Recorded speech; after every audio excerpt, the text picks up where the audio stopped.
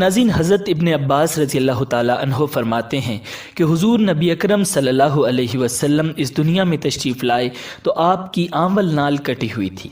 آنول نال کو بچے پیدا ہونے کے بعد دایا کاٹتی ہے۔ آپ ختنہ شدہ پیدا ہوئے۔ حضرت عبد المطلب یہ دیکھ کر بے حد حیران ہوئے اور خوش بھی۔ وہ کہا کرتے تھے کہ میرا بیٹا نرالی شان کا ہوگا۔ ناظرین، آپ کی پیدائش سے پہلے مکہ کے لوگ خشک سالی اور قحط کا شکار تھے، لیکن جو ہی آپ صلی اللہ علیہ وسلم کے دنیا میں تشریف لانے کا وقت قریب آیا، بارشیں شروع ہو گئیں، خشک سالی دور ہو گئی، درخت ہرے بھرے ہو گئے اور پھلوں سے لد گئے، زمین پر سبزہ ہی سبزہ نظر آنے لگا۔ پیدائش کے وقت آپ اپنے ہاتھوں پر جھکے ہوئے تھے، سر آسمان کی طرف تھا۔ ایک روایت کے الفاظ یہ ہیں کہ گھٹنوں کے بل جھکے ہوئے تھے، مطلب یہ کہ سجدے کسی حالت میں تھے۔ آپ کی مٹھی بند تھی اور شہادت کی انگلی اٹھی ہوئی تھی، جیسا کہ ہم نماز میں اٹھاتے ہیں۔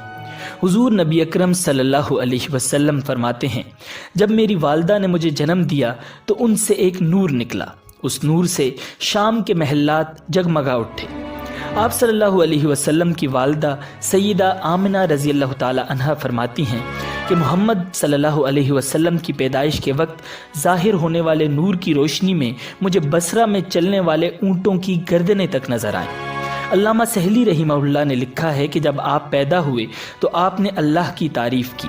ایک روایت میں یہ الفاظ آئے ہیں کہ اللہ اکبر کبیرہ والحمد للہ کثیرہ وسبحان اللہ بکرۃ واصیلا۔ اللہ تعالیٰ سب سے بڑا ہے، اللہ تعالیٰ کی بے حد تعریف ہے اور میں صبح و شام اللہ کی پاکی بیان کرتا ہوں۔ ناظرین، آپ کی ولادت کس دن ہوئی؟ اس بات پر سب کا اتفاق ہے کہ وہ پیر کا دن تھا۔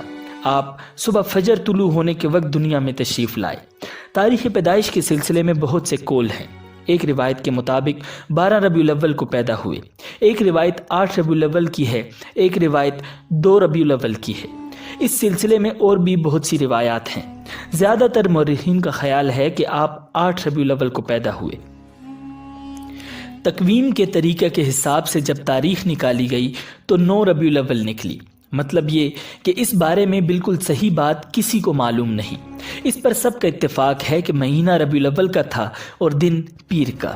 یہ بھی کہا جاتا ہے کہ آپ کو پیر کے دن ہی نبوت ملی، پیر کے روز ہی آپ نے مدینہ منورہ کی طرف ہجرت فرمائی اور پیر کے روز ہی آپ کی وفات ہوئی۔ ناظرین، آپ صلی اللہ علیہ وسلم عام الفیل میں پیدا ہوئے، یعنی ہاتھیوں والے سال میں۔ اس سال کو ہاتھیوں والا سال اس لیے کہا جاتا ہے کہ ابرہہ نے ہاتھیوں کے ساتھ مکہ مکرمہ پر چڑھائی کی تھی۔ آپ کی پیدائش اس واقعہ کے کچھ ہی دن بعد ہوئی تھی۔ واقعہ کچھ اس طرح ہے کہ ابرہہ یمن کا عیسائی حاکم تھا۔ حج کے دنوں میں اس نے دیکھا کہ لوگ بیت اللہ کا حج کرنے جاتے ہیں۔ اس نے اپنے لوگوں سے پوچھا، یہ لوگ کہاں جاتے ہیں؟ اسے جواب ملا، بیت اللہ کا حج کرنے کے لیے مکہ جاتے ہیں۔ اس نے پوچھا، بیت اللہ کس چیز کا بنا ہوا ہے؟ اسے بتایا گیا پتھروں کا ہے۔ اس نے پوچھا، اس کا لباس کیا ہے؟ بتایا گیا، ہمارے ہاں سے جو دھاری دار کپڑا جاتا ہے اس سے اس کی پوشاک تیار ہوتی ہے۔ ابرہہ عیسائی تھا۔ ساری بات سن کر اس نے کہا، مسیح کی قسم، میں تم لوگوں کے لیے اس سے اچھا گھر تعمیر کروں گا۔ اس طرح اس نے سرخ، سفید، زرد اور سیاہ پتھروں سے ایک گھر بنوایا، سونے اور چاندی سے اس کو سجایا، اس میں کئی دروازے رکھوائے، اس میں سونے کے پترے جڑوائے، اس کے درمیان جواہر لگوائے، اس مکان میں ایک بڑا سا یاقوت لگوایا، پردے لگوائے، وہاں خوشبوئیں سلگانے کا انتظام کیا۔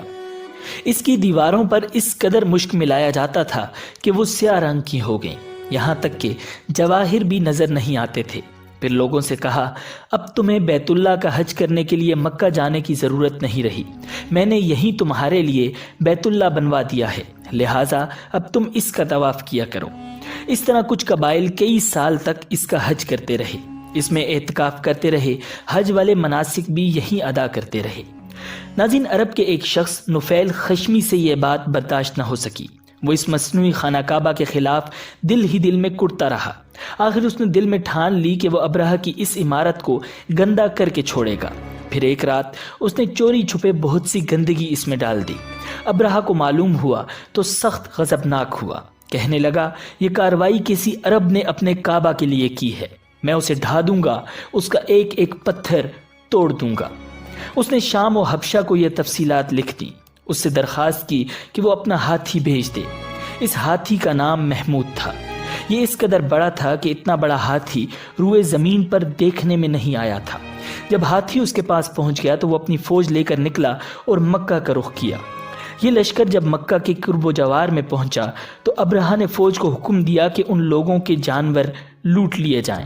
اس کے حکم پر فوجیوں نے جانور پکڑ لیے۔ ان میں حضرت عبد المطلب کے اونٹ بھی تھے۔ ناظرین، نفیل بھی اس لشکر میں ابرہہ کے ساتھ موجود تھا اور یہ عبد المطلب کا دوست تھا۔ عبد المطلب اس سے ملے، اونٹوں کے سلسلے میں بات کی۔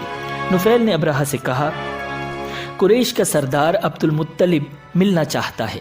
یہ شخص تمام عرب کا سردار ہے، شرف اور بزرگی اسے حاصل ہے، لوگوں میں اس کا بہت بڑا اثر ہے، لوگوں کو اچھے اچھے گھوڑے دیتا ہے، انہیں عطیات دیتا ہے اور کھانا کھلاتا ہے۔ یہ گویا عبد المطلب کا تعارف تھا۔ ابرہہ نے انہیں ملاقات کے لیے بلا لیا۔ ابرہہ نے ان سے پوچھا، بتائیے آپ کیا چاہتے ہیں؟ انہوں نے جواب دیا، میں چاہتا ہوں میرے اونٹ مجھے واپس مل جائیں۔ ان کی بات سن کر ابرہہ بہت حیران ہوا۔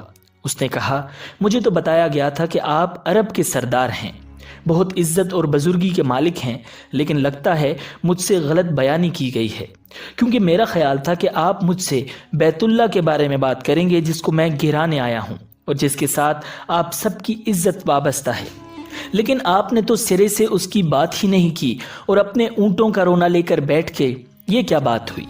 اس کی بات سن کر عبد المطلب بولے، آپ میرے اونٹ مجھے واپس دے دیں، بیت اللہ کے ساتھ جو چاہے کریں، اس لیے کہ اس گھر کا ایک پروردگار ہے، وہ خود ہی اس کی حفاظت کرے گا، مجھے اس کے لیے فکر مند ہونے کی ضرورت نہیں۔ ان کی بات سن کر ابرہہ نے حکم دیا ان کے اونٹ واپس دے دیے جائیں۔ جب انہیں ان کے اونٹ واپس مل گئے تو انہوں نے ان کے سموں پر چمڑے چڑھا دیے اور ان پر نشان لگا دیے، انہیں قربانی کے لیے وقف کر کے حرم میں چھوڑ دیا تاکہ پھر کوئی انہیں پکڑ لے تو حرم کا پروردگار اس پر غضبناک ہو۔ ناظرین، پھر عبد المطلب ہیرا پہاڑ پر چڑھ گئے، ان کے ساتھ ان کے کچھ دوست بھی تھے۔ انہوں نے اللہ رب العزت سے درخواست کی، اے اللہ، انسان اپنے سامان کی حفاظت کرتا ہے اور تو اپنے سامان کی حفاظت کر۔ ادھر سے ابرہہ اپنا لشکر لے کر آگے بڑھا، وہ خود ہاتھی پر سوار لشکر کے درمیان موجود تھا۔ ایسے میں اس کے ایک ہاتھی نے آگے بڑھنے سے انکار کر دیا اور وہ زمین پر بیٹھ گیا۔ ہاتھی بانوں نے اسے اٹھانے کی پوری کوشش کی لیکن وہ نہ اٹھا۔ انہوں نے اس کے سر پر ضربیں لگائی، آنکھس چپوئے، مگر وہ کھڑا نہ ہوا۔ کچھ سوچ کر انہوں نے اس کا رخ یمن کی طرف کیا تو وہ فوراً اس طرف چلنے لگا۔ اس کا رخ پھر مکہ کی طرف کیا گیا تو وہ پھر رک گیا۔ ہاتھی بانوں نے یہ تجربہ بار بار کیا۔ آخر ابرہہ نے حکم دیا کہ ہاتھی کو شراب پلائی جائے تاکہ نشے میں اسے کچھ ہوش نہ رہ جائے اور ہم اسے مکہ کی طرف آگے بڑھا سکیں۔ چنانچہ اسے شراب پلائی گئی لیکن اس پر اس کا بھی کوئی اثر نہ ہوا۔ ابرہہ کے ہاتھی کو اٹھانے کی مسلسل کوشش جاری تھی کہ اچانک سمندر کی طرف سے ان کی طرف اللہ تعالیٰ نے ابابیلوں کو بھیج دیا۔ وہ ٹڈیوں کے جھنڈ کی طرح آئیں۔ دوسری طرف عبد المطلب مکہ میں داخل ہوئے، حرم میں پہنچے اور کعبہ کے دروازے کی زنجیر پکڑ کر ابرہہ اور اس کے لشکر کے خلاف فتح کی دعا مانگی۔ ان کی دعا کے الفاظ یہ تھے، اے اللہ، یہ بندہ اپنے قافلے اور اپنی جماعت کی حفاظت کر رہا ہے، تو اپنے گھر یعنی بیت اللہ کی حفاظت فرما۔ ابرہہ کا لشکر فتح نہ حاصل کر سکے، ان کی طاقت تیری طاقت کے آگے کچھ بھی نہیں، آج صلیب کامیاب نہ ہو۔ ناظرین، صلیب کا لفظ اس لیے بولا کہ ابرہہ عیسائی تھا اور صلیب کو عیسائی اپنے نشان کے طور پر ساتھ لے کر چلتے ہیں۔ اب انہوں نے اپنی قوم کو ساتھ لیا اور ہیرا پہاڑ پر چڑھ گئے کیونکہ ان کا خیال تھا کہ وہ ابرہہ کا مقابلہ نہیں کر سکیں گے، اور پھر اللہ تعالیٰ نے پرندوں کے جھنڈ بھیج دیے۔ یہ پرندے چڑیا سے قدرے بڑے تھے، ان میں سے ہر پرندے کی چونچ میں پتھر کے 3 ٹکڑے تھے۔ یہ پتھر پرندوں نے ابرہہ کے لشکر پر گرانے شروع کیے۔ جو یہ پتھر ان پر گرے، ان کے ٹکڑے ٹکڑے ہو گئے، بالکل اسی طرح جیسے آج کسی جگہ کے اوپر بم گرایا جائے تو جسموں کے ٹکڑے اڑ جاتے ہیں۔ ابرہہ کا ہاتھی محمود البتہ ان کنکریوں سے محفوظ رہا، باقی سب ہاتھی تہس نہس ہو گئے۔ یہ ہاتھی 13 عدد تھے، سب کے سب کھائے ہوئے بھوسے کی مانند ہو گئے، جیسا کہ سورۃ الفیل میں آتا ہے۔ ابرہہ اور اس کے کچھ ساتھی تباہی کا یہ منظر دیکھ کر بری طرح بھاگے۔ لیکن پرندوں نے ان کو بھی نہ چھوڑا۔ ابرہہ کے بارے میں طبقات میں لکھا ہے کہ اس کے جسم کا ایک ایک عضو الگ الگ ہو کر گرتا چلا گیا، یعنی وہ بھاگ رہا تھا اور اس کے جسم کا ایک ایک حصہ الگ ہو کر گر رہا تھا۔ دوسری طرف عبد المطلب اس انتظار میں تھے کہ کب حملہ ہوتا ہے، لیکن حملہ آور جب مکہ میں داخل نہ ہوئے تو وہ حالات معلوم کرنے کے لیے نیچے اترے۔ مکہ سے باہر نکلے تب انہوں نے دیکھا کہ سارا لشکر تباہ ہو چکا ہے۔ خوب مال غنیمت ان کے ہاتھ لگا، بے شمار سامان ہاتھ آیا، مال میں سونا چاندی بھی بے تحاشا تھا۔ لشکر میں سے کچھ لوگ ایسے بھی تھے جو واپس نہیں بھاگے تھے، یہ مکہ میں رہ گئے۔ ان میں ابرہہ کے ہاتھی کا مہاوت بھی تھا جو محمود کو آگے لانے میں ناکام رہا تھا۔ ناظرین، ہمارے نبی حضرت محمد صلی اللہ علیہ وسلم اس واقعہ کے چند دن بعد پیدا ہوئے۔ آپ جس مکان میں پیدا ہوئے وہ صفا پہاڑی کے قریب تھا۔ حضرت کعب بن احبار رضی اللہ تعالی عنہ روایت کرتے ہیں کہ میں نے تورات میں پڑھا تھا کہ رسول اللہ صلی اللہ علیہ وسلم کی پیدائش مکہ میں ہوگی۔ یہ کعب پہلے یہودی تھے، اس لیے تورات پڑھا کرتے تھے۔ دنیا میں آتے ہی حضور اکرم صلی اللہ علیہ وسلم روئے۔ حضرت عبد الرحمن بن عوف رضی اللہ تعالی عنہ کی والدہ کہتی ہیں کہ جب حضرت آمنہ رضی اللہ تعالی عنہ کے ہاں ولادت ہوئی تو میں وہاں موجود تھی۔ آپ صلی اللہ علیہ وسلم میرے ہاتھوں میں آئے، یہ غالباً دایا تھیں، ان کا نام شفا تھا۔ فرماتی ہیں کہ جب آپ میرے ہاتھوں میں آئے تو روئے۔ آپ کے دادا حضرت عبد المطلب کو آپ کی ولادت کی اطلاع دی گئی۔ وہ اس وقت خانہ کعبہ کا طواف کر رہے تھے۔ اطلاع ملنے پر گھر آئے، بچے کو گود میں لیا۔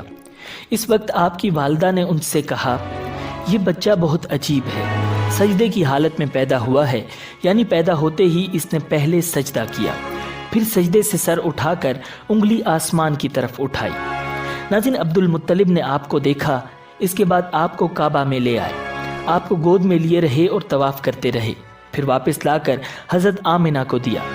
آپ کو عرب کے دستور کے مطابق ایک برتن سے ڈھانپا گیا، لیکن وہ برتن ٹوٹ کر آپ کے اوپر سے ہٹ گیا۔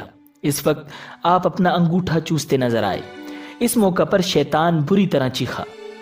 ناظرین، اس موقع پر حضرت حسان بن ثابت رضی اللہ تعالی عنہ فرماتے ہیں کہ میں 8 سال کا تھا، جو کچھ دیکھتا اور سنتا تھا اس کو سمجھتا تھا۔ ایک صبح میں نے یثرب یعنی مدینہ منورہ میں ایک یہودی کو دیکھا۔ وہ ایک اونچے ٹیلے پر چڑھ کر چلا رہا تھا۔ لوگ اس یہودی کے گرد جمع ہو گئے اور بولے، کیا بات ہے، کیوں چیخ رہے ہو؟ یہودی نے جواب دیا، احمد کا ستارہ طلوع ہو گیا ہے اور وہ آج رات پیدا ہو گئے ہیں۔ حضرت حسان بن ثابت رضی اللہ تعالی عنہ بعد میں 60 سال کی عمر میں مسلمان ہوئے تھے۔ 120 سال کی عمر میں انہوں نے وفات پائی، گویا ایمان کی حالت میں 60 سال زندہ رہے۔ بہت اچھے شاعر تھے۔ نبی اکرم صلی اللہ علیہ وسلم کی اپنے اشعار میں تعریف کیا کرتے تھے اور دشمنوں کی برائی اشعار میں بیان کیا کرتے تھے۔ غزوات کے موقع پر اشعار کے ذریعے مسلمانوں کو جوش دلاتے تھے۔ اسی بنیاد پر انہیں شاعر رسول کا خطاب ملا تھا۔ حضرت کعب بن احبار رضی اللہ تعالی عنہ فرماتے ہیں کہ میں نے تورات میں پڑھا ہے کہ اللہ تعالیٰ نے حضرت موسیٰ علیہ السلام کو حضرت صلی اللہ علیہ وسلم کی ولادت کے وقت کی خبر دے دی تھی، اور حضرت موسیٰ علیہ السلام نے اپنی قوم بنی اسرائیل کو اس کی اطلاع دے دی تھی۔ اس سلسلے میں انہوں نے فرمایا تھا، تمہارے نزدیک جو مشہور چمکدار ستارہ ہے، جب وہ حرکت میں آئے گا تو وہی وقت رسول اللہ صلی اللہ علیہ وسلم کی پیدائش کا ہوگا۔ یہ خبر بنی اسرائیل کے علماء ایک دوسرے کو دیتے چلے آئے تھے، اور اس طرح بنی اسرائیل کو بھی حضرت صلی اللہ علیہ وسلم کی ولادت کا وقت یعنی اس کی علامت معلوم تھی۔ ناظرین، حضرت عائشہ رضی اللہ تعالی عنہا سے روایت ہے کہ ایک یہودی عالم مکہ میں رہتا تھا۔ جب وہ رات آئی جس میں حضرت صلی اللہ علیہ وسلم پیدا ہوئے تو وہ قریش کی ایک مجلس میں بیٹھا تھا۔ اس نے کہا، کیا تمہارے ہاں آج کوئی بچہ پیدا ہوا ہے؟ لوگوں نے کہا، ہمیں تو معلوم نہیں۔ اس پر اس یہودی نے کہا، میں جو کچھ کہتا ہوں اسے اچھی طرح سن لو۔ آج اس امت کا آخری نبی پیدا ہو گیا ہے، اور قریش کے لوگوں وہ تم میں سے ہے، یعنی وہ قریشی ہے۔ اس کے کندھے کے پاس ایک علامت ہے، یعنی مہر نبوت، اس میں بہت زیادہ بال ہیں۔ اس بچے کی ایک علامت یہ ہے کہ وہ 2 رات تک دودھ نہیں پیے گا۔ ان باتوں کا ذکر اس کی نبوت کی علامات کے طور پر پرانی کتب میں موجود ہے۔ ناظرین، علامہ ابن حجر نے لکھا ہے کہ یہ بات درست ہے کہ آپ نے 2 دن تک دودھ نہیں پیا تھا۔ یہودی عالم نے جب یہ باتیں بتائیں تو لوگ وہاں سے اٹھ گئے۔ انہیں یہودی کی باتیں سن کر بہت حیرت ہوئی تھی۔ جب وہ لوگ اپنے گھروں میں پہنچے تو ان میں سے ہر ایک نے اس کی باتیں اپنے گھر کے افراد کو بتائیں۔ عورتوں کو چونکہ حضرت آمنہ کے ہاں بیٹا پیدا ہونے کی خبر ہو چکی تھی، اس لیے انہوں نے اپنے مردوں کو بتایا۔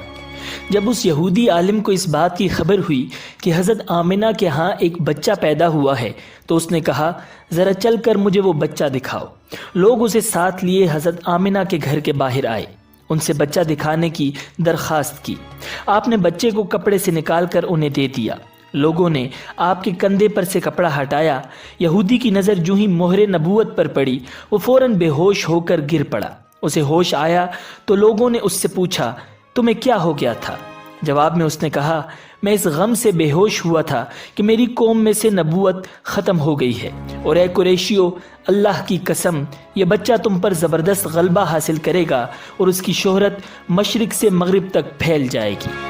ناظرین، امید ہے کہ آپ کو یہ ویڈیو پسند آئی ہوگی۔ ملتے ہیں بہت جلد سیرت النبی صلی اللہ علیہ وسلم سیریز کے نیکسٹ ایپیسوڈ کے ساتھ۔ تب تک کے لیے اللہ نگہبان۔